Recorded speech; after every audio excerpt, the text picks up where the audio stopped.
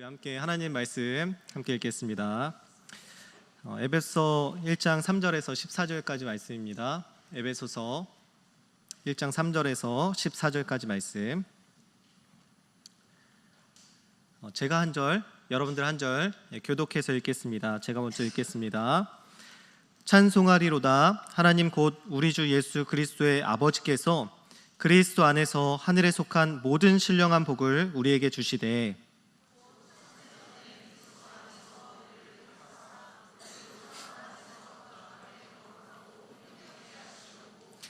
그 기쁘신 뜻대로 우리를 예정하사 예수 그리스도로 말미암아 자기의 아들들이 되게 하셨으니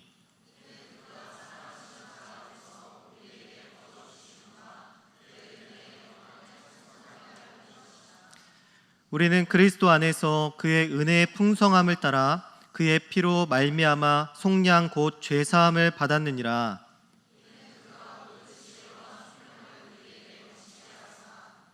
그 뜻의 비밀을 우리에게 알리신 것이요 그의 기뻐하심을 따라 그리스도 안에서 때가 찬 경륜을 위하여 예정하신 것이니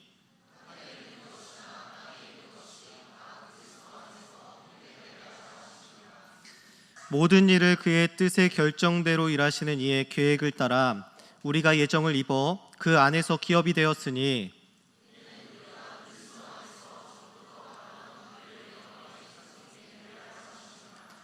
그 안에서 너희도 진리의 말씀 곧 너희의 구원의 복음을 듣고 그 안에서 또한 믿어 약속의 성령으로 인치심을 받았으니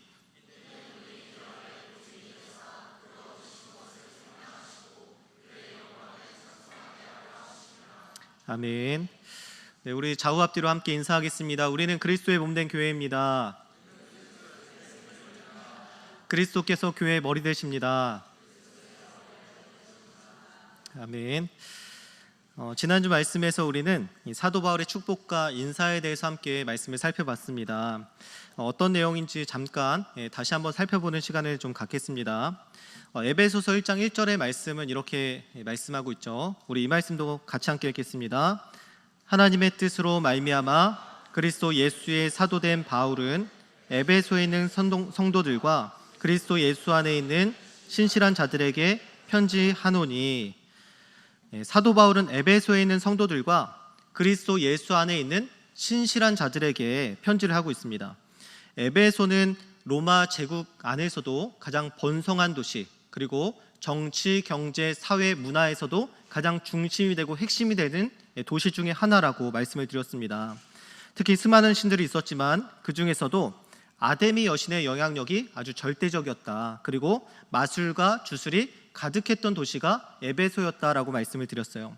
하지만 사도 바울은 그곳에서도 아데미 여신의 영향이 절대적인 그곳에서도 모든 어둠의 세력들과 마술과 주술과 모든 어둠의 사역들이 계속해서 일어난 그곳에서도 성도와 그리스도 예수 안에서 신실하게 살아가는 자들이 있었다라고 이렇게 말씀하고 있습니다.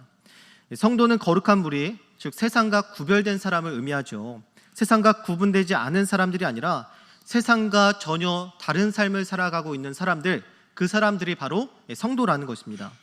이것은 로마의 법이나 사회 규범을 지키지 않는 것을 의미하는 것이 아니라 오히려 그것을 뛰어넘어 더 높은 수준의 차원의 그 하나님의 율법과 도덕을 지켜나가는 사람들, 그 사람들을 의미하는 것입니다.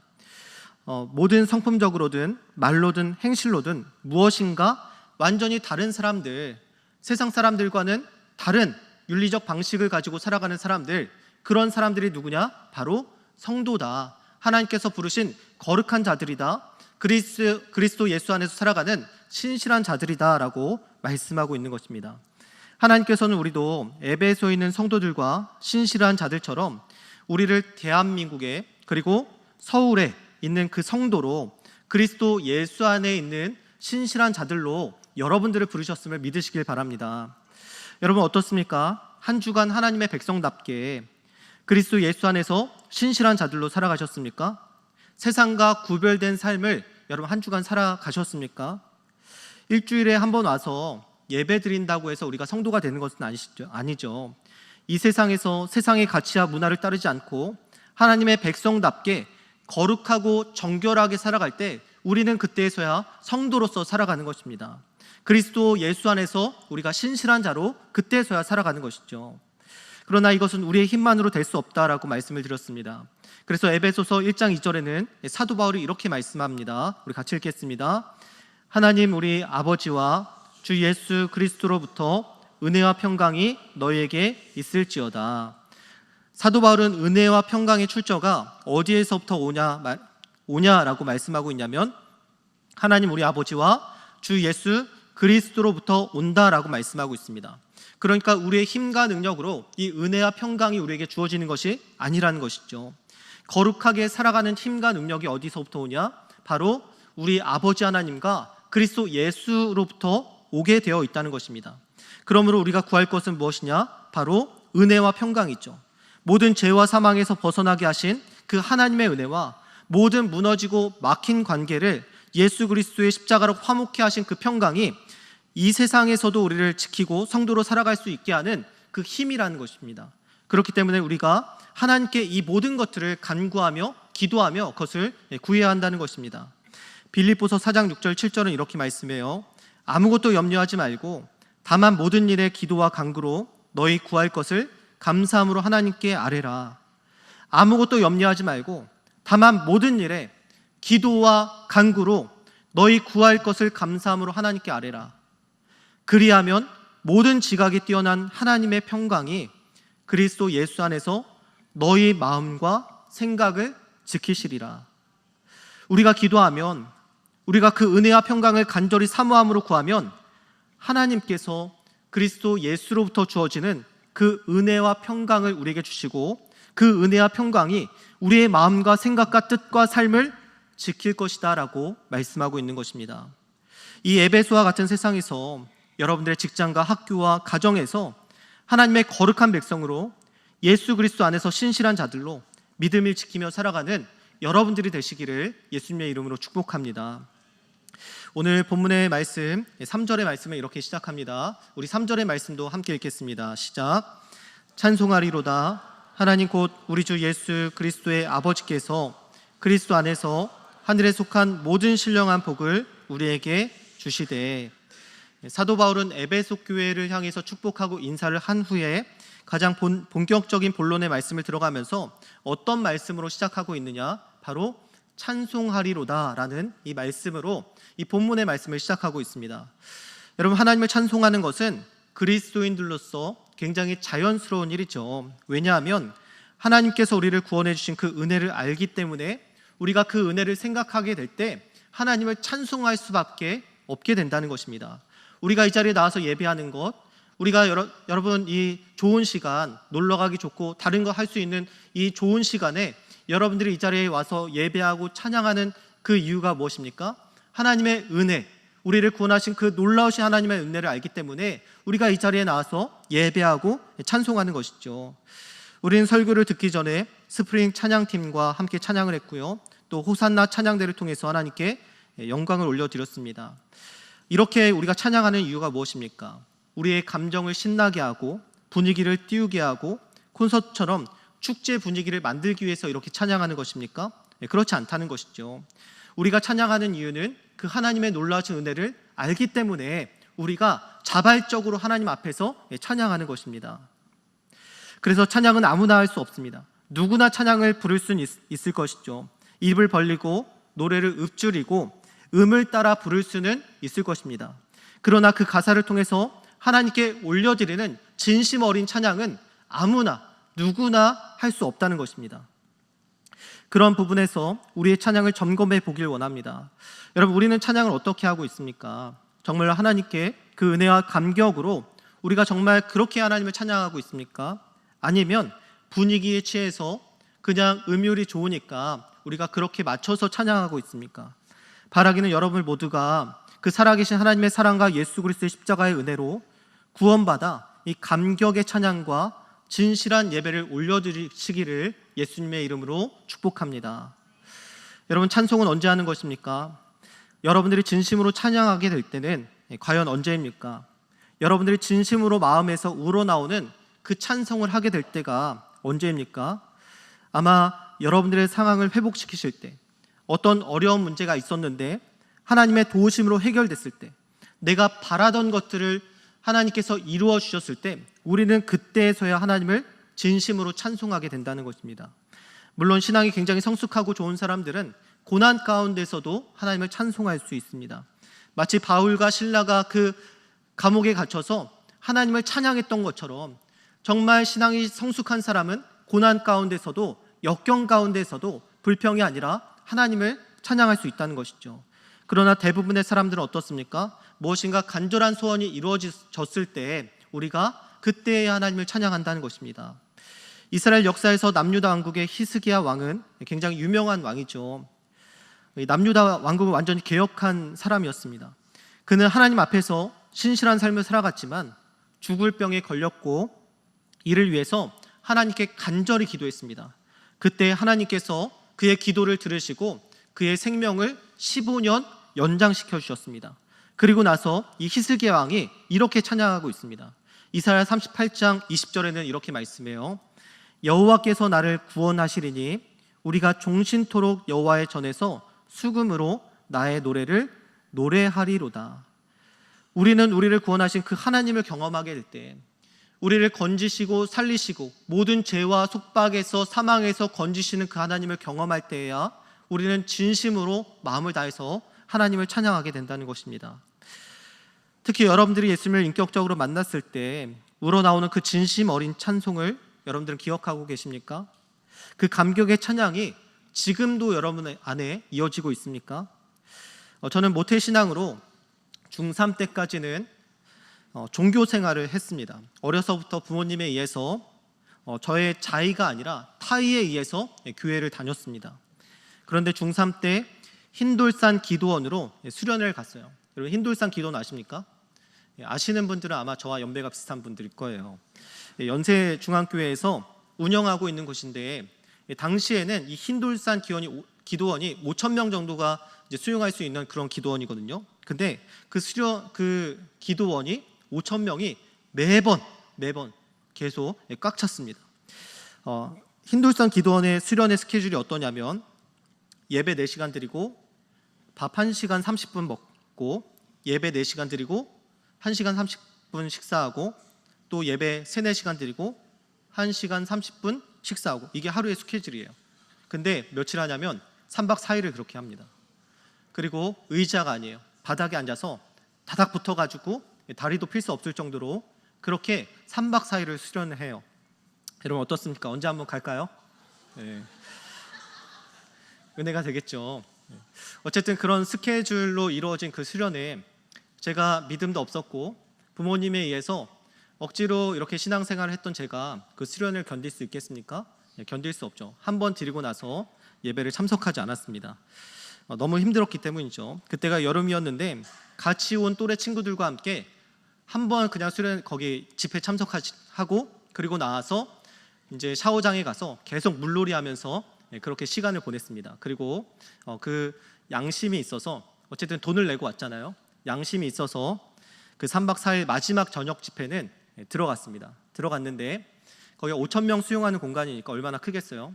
1층에는 앉지 않고 2층까지 있었는데 2층에서도 가장 구석에 앉아가지고 이번만 그냥 한 번 드리고 이제 내일 집에 가야겠다 이런 생각을 마음 먹고 그렇게 앉아 있었습니다.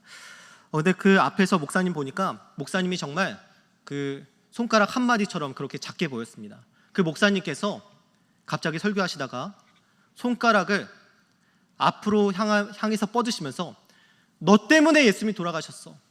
너 때문에 예수님이 돌아가셨어. 너 때문에 예수님이 돌아가셨어. 이렇게 3번을 외치셨어요. 그런데 그 수많은 사람들 중에 그 메시지가 다른 사람에게 하는 메시지가 아니라 저에게만 하는 메시지 같았습니다.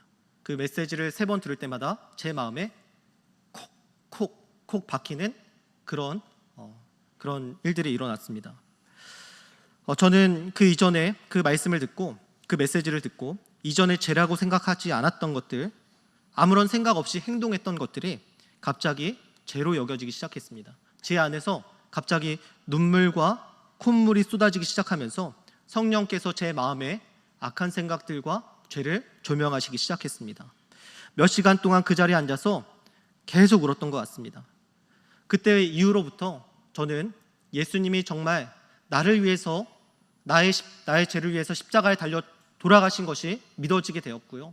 이제는 부모님에 의해서 억지로 신앙생활하는 사람이 아니라 저의 자의로, 저의 의지로 신앙생활하는 사람으로 완전히 바뀌었습니다.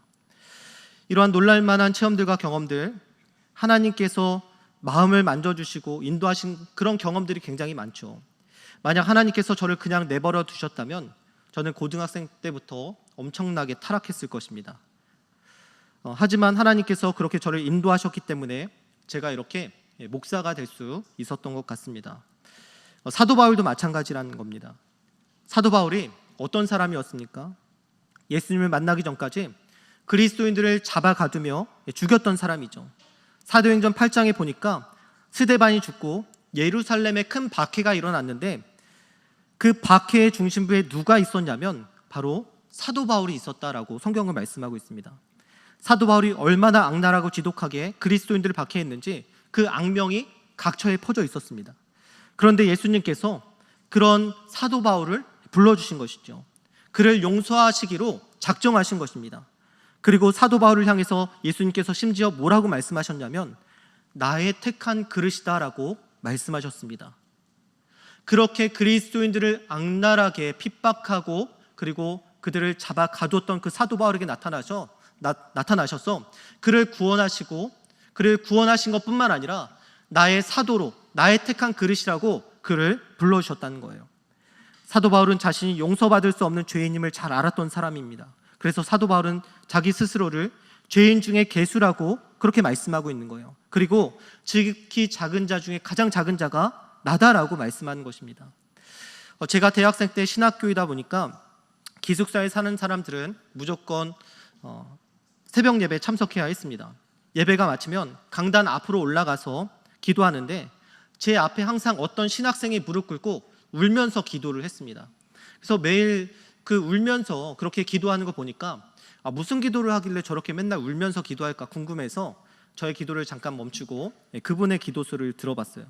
그랬더니 어떻게 기도하냐면 하나님 저는 죄인입니다. 하나님 저는 죄인입니다. 하나님 저는 죄인입니다. 저를 용서해 주세요라고 이렇게 계속해서 간구하는 기도를 하고 있었습니다. 여러분 신학생이 무슨 큰 잘못을 해서 얼마나 못된 일을 했길래 그렇게 나는 죄인입니다. 저는 죄인입니다. 저를 용서해 주십시오라고 이렇게 기도했겠습니까? 그럴 만한 그렇게 엄청난 죄를 지을 만한 사람이 아니겠죠. 그럼에도 불구하고 그가 하나님 앞에서 저는 죄인입니다. 용서해 주십시오라고 기도한다는 거예요. 왜 그렇습니까? 그 거룩하신 하나님의 임재 앞에 서니까 내가 누군지를 깨닫게 되는 거죠. 빛이신 그 하나님의 영광스러운 앞에 나 자신이 노출되니까 내 존재가 어떠한 사람인지 내가 얼마나 악하고 더러운 사람인지를 분명하게 보게 된다는 것입니다. 누가복음 5장에 보면 베드로가 고기를 밤새 잡았으나 한 마리도 잡지 못해서 이제 그물을 거두고 이제 집으로 돌아가려고 했습니다. 하지만 예수님께서 갑자기 베드로의 배에 올라타시더니 그 배에서 그 앞에 있는 수많은 사람들을 향해서 말씀을 선언하기 시작하셨습니다. 예수님께서 말씀을 마치시고 갑자기 베드로에게 물 깊은 곳으로 가서 그물을 던져라라고 말씀하십니다. 여러분 베드로는 평생 어부질을 했던 사람이죠. 그물을 던졌던 사람이죠. 그가 밤새도록 그물질을 했는데 한 마리도 잡지 못했다는 것은 예수님께서 말씀하셔도 또 고기를 잡을 수 없다는 것을 의미합니다. 그럼에도 불구하고 베드로가 순종하죠. 왜 그렇습니까? 예수님께서 그 사람들 백성들을 향해서 말씀하시는데 그 말씀이 그냥 말씀이 아니었던 거예요. 이분이 보통 분이 아니었다는 것을 이 베드로가 깨닫게 되는 것입니다. 그리고 나서 그물을 던지자 수많은 고기들을 잡게 되었고 그리고 그가 취한 행동이 무엇이냐면 바로 예수님 앞에 엎드리는 것입니다. 그리고 뭐라고 고백합니까? 주여 나를 떠나소서 나는 죄인이로소이다. 하나님의 그 신적 능력 앞에 그 신적인 위엄 앞에 서니까 자기가 어떤 존재인지를 깨닫게 되는 거예요. 내가 죄인이었구나. 내가 하나님 앞에서 죄인이었구나라는 이 사실을 깨닫게 되는 것입니다. 하나님을 알게 될수록 우리가 어떠한 존재인지를 내가 얼마나 큰 죄인인지를 깨닫게 된다는 것입니다. 예수님은 실제로 가늠하고 살인한 사람만이 가늠하고 살인한 사람이 아니라고 말씀하셨어요. 마음의 음욕을 품고 그리고 그 마음에 미워했다면 그 사람도 이미 간음했고 그 사람도 이미 살인한 사람이다라고 예수님께서 말씀하셨습니다. 이사야 55장 8절과 9절은 이렇게 말씀합니다. 이는 내 생각이 너희의 생각과 다르며 내 길은 너희의 길과 다름이니라. 여호와의 말씀이니라. 이는 하늘이 땅보다 높음 같이 내 길은 너희의 길보다 높으며 내 생각은 너희의 생각보다 높음이니라. 하나님의 기준은 우리의 기준과 다르다는 거예요. 하나님의 기준은 우리와 차원이 다르다는 것입니다. 완전하고 온전하신 분, 절대적인 기준을 가지신 분이 바로 그 하나님이라는 것이죠. 우리가 그 완전하시고 온전하신 하나님 앞에 설 때에야 우리의 모습이 얼마나 초라하고 무가치하고 이런 우리를 위해서 예수 그리스도를 보내셔서 구원하신 그 은혜가 얼마나 큰지를, 그 사랑이 얼마나 위대한 사랑인지를 우리가 그때에서야 깨닫게 된다는 것입니다. 사도 바울도 그 사실을 알았던 것이죠. 자신이 하나님 앞에서 자신의 지식과 재력과 능력과 권력 그 어떤 것으로도 하나님 앞에 나갈 수 없고 용서받을 수 없는 죄인이라는 사실을 사도 바울도 알았던 것입니다. 그러나 로마서 5장에서는 뭐라고 말씀합니까? 우리가 연약할 때, 우리가 경건하지 않을 때, 우리가 아직 죄인 되었을 때, 우리가 하나님과 원수 되었을 때 하나님께서 그리스도를 우리에게 보내주셔서 자기에 대한 사랑을 확증하게 하셨다라고 말씀하고 있습니다. 우리가 하나님과 원수 되었을 때조차도 하나님을 미워하고 하나님 앞에서 원수로서 살아갔을 때 그조차도 하나님께서 자기 아들 예수 그리스도를 우리에게 보내주셔서 십자가에 죽게 하심으로 우리를 향한 하나님의 사랑이 얼마나 크고 위대한지를 보여주셨다, 확증하셨다라고 말씀하고 있는 것입니다. 여러분, 이 사실을 깨닫게 되면, 경험하게 되면 우리가 찬송할 수밖에 없다는 거예요. 우리가 이 놀라우신 하나님의 은혜, 죽을 수밖에 없는 이 죄인, 그러나 우리를 다시 살리신 그 하나님의 놀라우신 은혜와 사랑을 경험하게 되면 우리는 자연스럽게 찬양할 수밖에 없게 된다는 것입니다. 그래서 오늘 3절의 말씀에서 사도 바울은 찬송하리로다라고 이렇게 고백을 시작하는 것입니다. 사도 바울은 찬송이 아닌 다른 말로 말씀을 시작할 수 있었습니다. 교회의 안부를 더 물을 수 있고요, 어떤 교훈의 말씀으로 시작할 수 있었을 것입니다. 하지만 사도 바울이 그 하나님의 은혜, 그 한량없는 하나님의 놀라우신 사랑과 은혜를 생각하니까 터져 나오는 그 고백이 무엇입니까? 나 같은 죄인을 구원하신 것도 모자라 나를 사도로 부르신 그 은혜를 생각하니 찬송하리로다, 찬송하리로다, 찬송하리로다 라고 고백할 수밖에 없었던 것입니다. 내가 어떤 존재인지 깨달을 때에만, 내가 얼마나 용서받을 수 없는 존재인지, 하나님 앞에서 얼마나 큰 죄인인지, 하루를 살아가도 지옥에 갈 만한 충분한 이유가 있는 존재라는 사실을 우리가 깨달을 때에야 우리는 하나님의 은혜가 얼마나 큰지를 다시 한번 깨닫게 되는 것입니다. 그때야 우리는 하나님을 마음 다해 찬양하게 되는 것이죠. 여러분들이 그 하나님의 놀라운 은혜를 날마다 기억하시기를 축복합니다. 그래서 우리가 그냥 입술로 읊조리는 찬양이 아니라 우리의 온 마음을 다해서, 온 삶을 다해서, 모든 전심을 다해서 하나님을 찬양하는 여러분들이 되시기를 예수님의 이름으로 축복합니다. 다시 한번 에베소서 1장 3절의 말씀을 함께 읽겠습니다. 찬송하리로다. 하나님 곧 우리 주 예수 그리스도의 아버지께서 그리스도 안에서 하늘에 속한 모든 신령한 복을 우리에게 주시되. 사도 바울은 하나님을 찬양하는 이유를 밝히고 있죠. 하나님께서 하늘에 속한 모든 신령한 복을 우리에게 주셨다라고 말씀하고 있습니다. 그냥 한 가지 복이 아니라 하늘에 속한 모든 신령한 복을 우리에게 주셨다라고 말씀하고 있습니다. 여러분, 성경에서 나오는 하늘은 진짜 구름이 있는 그 하늘을 가리키는 게 아니시죠. 하나님께서 계신 그 완전한 곳을 의미하고 있는 것입니다. 그런 완전한 복을 불완전한 땅에, 그리고 불완전한 삶을 살고 있는 우리에게 한 가지만이 아니라 모든 것을 우리에게 주셨다라고 말씀하고 있습니다. 그리고 이 복을 주시되라고 기록하고 있는데, 이것은 문법으로 볼 때 과거형이죠. 주실 것이다, 주실 것이다, 미래형으로 쓴 게 아니라는 거예요. 우리에게 이미 그 놀라운 하늘에 속한 신령한 복을 우리에게 이미 주셨다는 것입니다. 우리는 이미 하나님께서 주신 하늘에 속한 모든 신령한 복을 가지고 살아가는 사람들이라는 것입니다. 우린 부족한 것이 많아 보일지 모르겠습니다. 하나님 모든 신령한 복을 주셨다고 말씀하셨는데 왜 저는 이것밖에 없습니까? 하나님 왜 나에게만 이것만 주셨습니까? 라고 따져 물을 수도 있을 것입니다. 하지만 고린도후서 6장 10절은 이렇게 말씀합니다. 근심한 자 같으나 항상 기뻐하고 가난한 자 같으나 많은 사람을 부유하게 하고 아무것도 없는 자 같으나 모든 것을 가진 자로다 라고 말씀하고 있습니다. 하나님께서 우리에게 모든 것을 다 주셨다는 거예요. 예수 그리스도를 통해서 그 하늘에 속한 모든 신령한 복을 우리에게 다 주셨다라고 말씀하고 있습니다. 여러분, 우리가 무슨 자격이 있어서 이런 복을 받을 수 있겠습니까? 우리에게는 이 복을 받을 만한 어떠한 자격도 주어지지 않았습니다. 오히려 에베소 2장 1절에서는 우리를 죄와 허물로 죽었던 자들이다라고 표현하고 있습니다. 2장 3절에서는 본질상 진노의 자녀라 라고 우리에게 말씀하고 있습니다. 그런데 하나님께서 죄와 허물로 인해 진노받아 마땅한 우리에게 벌을 주신 것이 아니라, 우리를 진노하신 것이 아니라 하늘에 속한 모든 복을 우리에게 주셨다는 것입니다. 그러니 우리가 할 수 있는 것이 무엇입니까? 찬송하는 것, 찬송하리로다 라고 고백할 수밖에 없는 것이죠. 그리고 그 하늘에 속한 복들을 열거한 것이 바로 오늘 본문의 말씀 4절에서 14절까지의 말씀이라는 것입니다. 그 복들을 하나하나 살펴보면 우리 에베소서 1장 4절과 5절의 말씀을 함께 읽겠습니다. 시작. 곧 창세전에 그리스도 안에서 우리를 택하사 우리로 사랑 안에서 그 앞에 거룩하고 흠이 없게 하시려고 그 기쁘신 뜻대로 우리를 예정하사 예수 그리스도로 말미암아 자기의 아들들이 되게 하셨으니, 4절 5절에는 우리를 창세전에 택하시고 거룩하고 흠이 없게 하셔서 우리를 하나님의 아들들이 되게 하셨다라고 말씀하고 있습니다. 우리가 하나님의 아들들, 즉 하나님의 자녀가 되게 하셨는데 그 조건이 무엇이냐? 거룩하고 흠이 없어야 된다는 것입니다.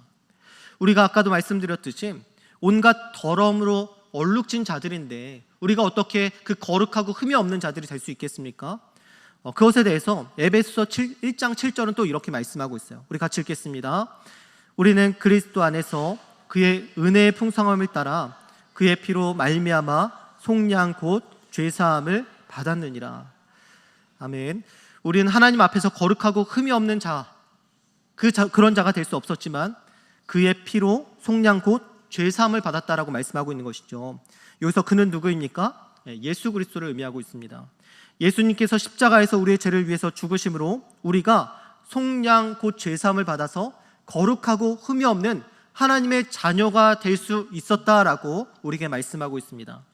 그런데 놀라운 사실은 무엇이냐면 이 모든 일을 이루어 가시는데 하나님이 사랑 안에서 그 기쁘신 뜻대로 그 은혜의 풍성함을 따라 이 모든 구원의 역사를 진행해 가셨다는 거예요.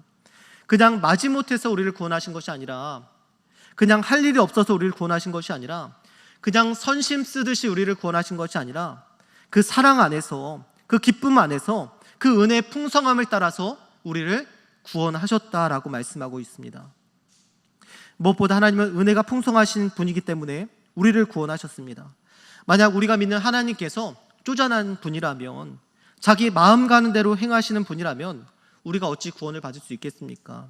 하지만 하나님은 은혜가 풍성하신 분이기 때문에 그 풍성한 은혜를 통해서 우리가 구원을 받을 수 있었다는 것입니다. 그러므로 우리가 해야 될 일이 무엇입니까? 바로 하나님을 찬송하는 일이라는 것입니다. 에베소 1장 8절과 9절 말씀도 우리 함께 읽겠습니다.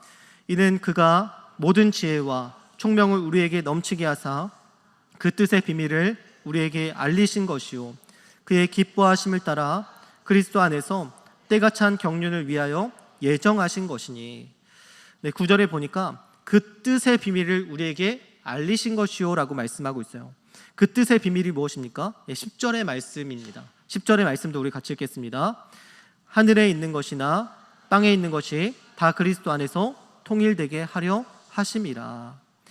하나님께서 예수 그리스도의 피로 속량 곧 제사함을 받게 하셔서 거룩하고 흠이 없는 하나님의 아들들을 우리에게 삼아주셨습니다. 그리고 우리에게 모든 지혜와 총명을 주셔서 그 뜻의 비밀을 알려주셨는데 그 비밀이 무엇이냐? 바로 하늘에 있는 것이나 땅에 있는 것이 그리스도 예수 안에서 통일되는 것, 그 사실을 우리에게 알려주셨다는 거예요.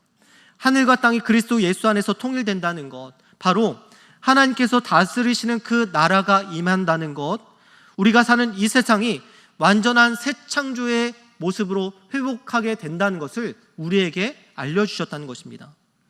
우리가 사는 이 어둡고 병들고 아픔과 죄악이 간영한 이 땅이 끝이 아니라 하나님의 나라가 올 것을 우리에게 말씀하셨다는 거예요. 그것을 위해서 우리를 거룩하고 의롭게 하셨고 하나님의 자녀가 되게 하셨고 우리에게 죄사함을 얻게 하셨다. 그 하나님 나라를 우리에게 주시기 위해서 거룩하고 흠이 없는 자들, 죄사함을 통해서 하나님의 자녀가 되게 하셨다라는 것을 우리에게 말씀하고 있는 것입니다. 그래서 에베소 1장 11절은 또 이렇게 말씀합니다. 우리 11절 말씀도 함께 읽겠습니다. 모든 일을 그의 뜻의 결정대로 일하시는 이의 계획을 따라 우리가 예정을 입어 그 안에서 기업이 되었으니, 그러니까 모든 일을 하나님의 결정에 따라서 그 계획대로 일하시는 그분의 예정을 힘입어서 우리가 그 안에서 기업이 되었다는 거예요. 이 말씀에서 나오는 기업이라는 단어는 어떤 회사를 의미하는 것이 아닙니다. 바로 하나님 나라를 상속받는 것을 의미하는 거예요. 예수 그리스도의 피로 거룩한 하나님의 자녀가, 하나님의 아들들이 우리가 되었으니 이제는 그 나라를 상속받는 것이 당연한 것이 되었다는 것입니다. 아버지의 재산을 자녀들이 상속받는 것처럼 우리가 그 하나님의 나라를 상속받게 된다는 것입니다. 여러분들이 하나님 나라를 별로 사모하지 않아서 아무런 반응이 없는 것 같은데 하나님께서 그 나라를 우리에게 주신다는 거예요. 그 완전하고 온전한 나라, 그 풍성한 하나님 나라를 우리에게 주신다는 것입니다. 하나님의 나라를 상속받는 것이 얼마나 놀랍고 위대한 표현인지 마태복음 13장 44절은 이렇게 말씀해요. 천국은 마치 밭에 감추인 보화와 같으니 사람이 이를 발견한 후 숨겨두고 기뻐하며 돌아가서 자기의 소유를 다 팔아 그 밭을 사느니라. 하나님 나라를 받는 그 기쁨이 무엇이냐면 밭에 감추어진 보화를 발견한 것과 같은 기쁨이다라고 우리에게 말씀하고 있어요. 여러분, 세상에서 사람들이 가장 추구하고 가장 얻고 싶어하는 것이 무엇입니까? 재물, 돈을 가장 얻고 싶어하지 않습니까? 하나님 나라를 받는 것은 그 재물의 정점인 금은 보화를 발견한 것과 같다라고 말씀하고 있는 거예요. 여러분들이 그 땅을 파고 있는데 그 땅에서 금은 보화가 막 솟아나요. 그러면 여러분 어떻게 하시겠습니까? 자기 집에 돌아가서 모든 재산을 다 처분하고 나서라도 그 땅을 사지 않겠습니까? 마찬가지로 하나님 나라를 받는 것은 바로 우리의 모든 것을 내어주고서라도 우리의 삶의 모든 것을 다 포기할지라도 그것을 얻게 되는 것, 그것이 너무나 귀해서, 그것이 너무나 소중해서 그것을 얻을 수밖에 없는 것, 그러한 기쁨이 바로 하나님 나라다라는 것을 말씀하고 있습니다. 성경에서 하나님 나라를 받는 기쁨을 비교할 수 있는 것이 인간 세상에서 그 정도밖에 표현할 수 있는 것이 없어서 하나님 나라를 얻는 것을 이렇게 표현하고 있지만 정말 하나님 나라를 얻는 그 기쁨은 이것보다 더 큰 기쁨이다라고 성경에서 말씀하고 있습니다. 언젠가 한번 창세기 1장을 통해서 이 하나님 나라가 얼마나 놀랍고 풍성한지를 여러분들과 함께 나눌 시간이 있을 것입니다. 그때 하나님 나라에 대해서 더 여러분들과 함께 말씀을 나누고요. 우리 오늘 말씀 또 1장 13절과 14절 말씀을 같이 한 목소리로 읽겠습니다. 시작. 그 안에서 너희도 진리의 말씀 곧 너희의 구원의 복음을 듣고 그 안에서 또한 믿어 약속의 성령으로 인치심을 받았으니 이는 우리 기업의 보증이 되사 그 얻으신 것을 속량하시고 그의 영광을 찬송하게 하려 하심이라. 아멘. 13절에 보니까 우리가 약속의 성령으로 인치심을 받았다라고 말씀하고 있습니다. 하나님의 자녀가 된 자들은 하나님의 나라를 받게 될 것을 약속의 성령으로 인치심을 받았다. 성령께서 우리에게 그 하나님 나라를 받을 것을 약속하셨다는 거예요. 우리에게 하나님의 자녀가 되었고 그리고 우리가 법적 상속자로서 그 하나님 나라를 받게 될 것을 도장 찍어 주셨다라고 우리에게 말씀하고 있는 것입니다. 그러니까 계약서에 도장 찍어서 그 나라가 이제 너희 것이다라고 우리에게 말씀하시는 것입니다. 14절은 기업의 보증이라는 단어가 나오는데 우리가 무엇을 계약할 때 보증금을 받지 않습니까? 근데 이 보증금을 받는다는 것은 원금의 일부를 우리가 받아서 미리 누리는 것을 의미합니다. 마찬가지로 성령으로 인치심을 받는 것은 앞으로 완성될 그 하나님 나라를 우리가 미리 받아서 누리게 된다는 거예요. 여러분, 그 하나님의 나라를 우리가 이미 받았는데 그 하나님 나라를 누리고 맛보는 것, 그곳이 어디라는 것입니까? 바로 교회라는 거예요.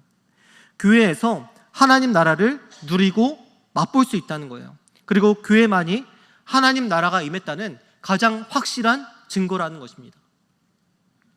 그런 하나님 나라의 모든 신령한 복을 교회 안에서 경험하게 될 때 우리는 어떻게 반응하게 된다는 것입니까? 하나님을 찬송하게 된다는 거예요.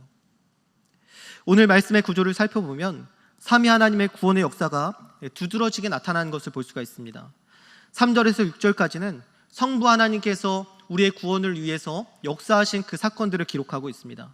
그리고 6절의 마무리는 이렇게 말씀하죠. 그의 은혜의 영광을 찬송하게 하려는 것이라. 또 7절에서 11절까지는 성자 예수님 안에서 행하신 그 놀라운 구원의 역사를 또 기록하고 있습니다. 그리고 12절은 이렇게 마무리하죠. 그의 영광의 찬송이 되게 하려 하심이라. 13절과 14절은 성령 하나님을 통한 구원의 역사를 우리에게 말씀하고 있습니다. 그리고 마지막 14절도 이렇게 말씀합니다. 그의 영광을 찬송하게 하려 하심이라. 에베소서 1장 3절에서 14절까지는 우리를 구원하시기 위한 성부, 성자, 성령 하나님의 그 놀라운 구원의 역사를 우리에게 말씀하고 있습니다. 그리고 그 끝마다 삼위 하나님을 찬송하고 있어요. 사도 바울이 이 놀라운 은혜와 복에 대해서 설명하는 이유는 단 한 가지입니다. 우리에게 베푸신 이 놀라운 은혜와 복을 깨달아서 우리가 하나님을 찬송하게 되는 것, 이것이 사도 바울의 목적이라는 것입니다. 자신이 알게 된 이 구원의 복, 자신이 누리고 있는 이 구원의 복을 우리도 알아서 하나님을 찬양하길 원하는 것이 사도 바울이 이 1장을 통해서 우리에게 말씀하고 있는 것입니다. 우리도 사도 바울처럼 그 완전하고 영원한 하나님의 나라의 복을 허락하신 그 하나님께 찬송하리로다, 찬송하리로다, 찬송하리로다 라고 우리가 이렇게 마음을 담아서 전심으로 하나님을 찬양해야 되지 않겠습니까? 그것이 우리의 진실된 고백이 되어야 되지 않겠습니까? 왜냐하면 이사야 43장 21절에는 하나님을 찬송하기 위해서 우리를 지으셨다라고 말씀하고 있기 때문입니다. 하나님께서 우리를 지으신 목적이 있는데 그것은 우리가 하나님을 찬송하게 하기 위해서 우리를 지으셨다라고 말씀하고 있습니다. 시편은 150개의 시로 구성되어 있고요, 5개의 단락으로 나뉘어져 있습니다. 그리고 그 단락의 마지막은 항상 하나님을 향한 찬양으로 끝나는 것을 볼 수가 있습니다. 시편 안에는 고통과 탄식, 죄의 고백, 분노, 절망, 회개가 모두 담겨져 있습니다. 하지만 아무리 어렵고 힘들고 고통스러울지라도 우리를 구원하신 그 하나님의 놀라운 은혜와 역사를 찬양하는 것으로 항상 끝을 맺고 있다는 것입니다. 하나님, 왜 저에게 이러한 시련을 주셨습니까?